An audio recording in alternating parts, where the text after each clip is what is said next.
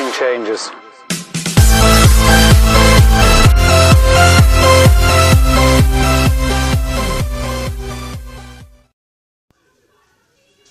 Fala galera, beleza? Aqui quem está falando é um Chrome. Beleza, hoje nesse vídeo eu vou ensinar como fazer uma armadilha bastante da hora, cara. É tipo uma armadilha pra você trollar geral, você nem percebe que tipo vai ter algo lá. Então vamos pro tutorial, beleza?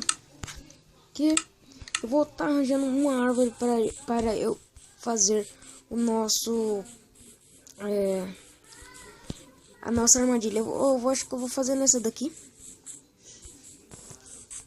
Vocês vão quebrar essa parte toda assim, ó, em volta da árvore, beleza? Pã, pã, pã. Aí você quebra isso aqui no meio.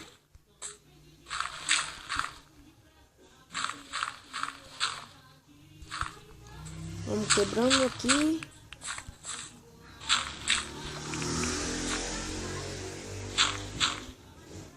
Aí ele, opa, agora ele tem que ficar assim, de 3 de profundidade em volta da árvore, beleza?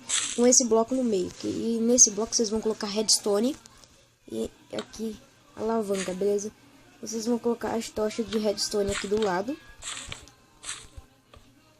e vão ligar a redstone. Vocês viram que as tochas queimaram. Vocês vão colocar a TNT assim aqui do lado, beleza? Mas se você quiser fazer uma explosão forte, eu quero que você faça. Você vem aqui e coloca elas aqui embaixo, assim, beleza? Sim, e a gente coloca aqui de baixo as TNTs, beleza, galera? Vamos aqui circulando tudo de TNT. Aí a gente coloca aqui. E aqui. Agora a gente vai subir.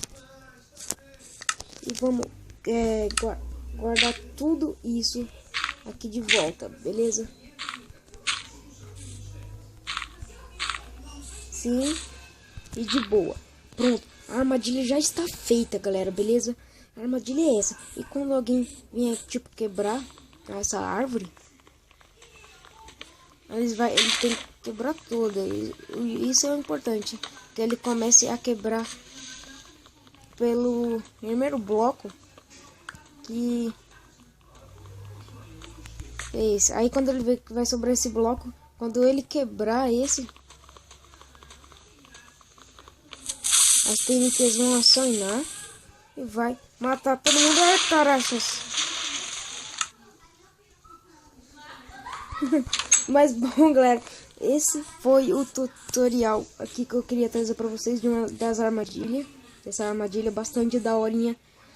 Eu já consegui algumas pedras, né? Bom, mas era só isso que eu queria mostrar pra vocês.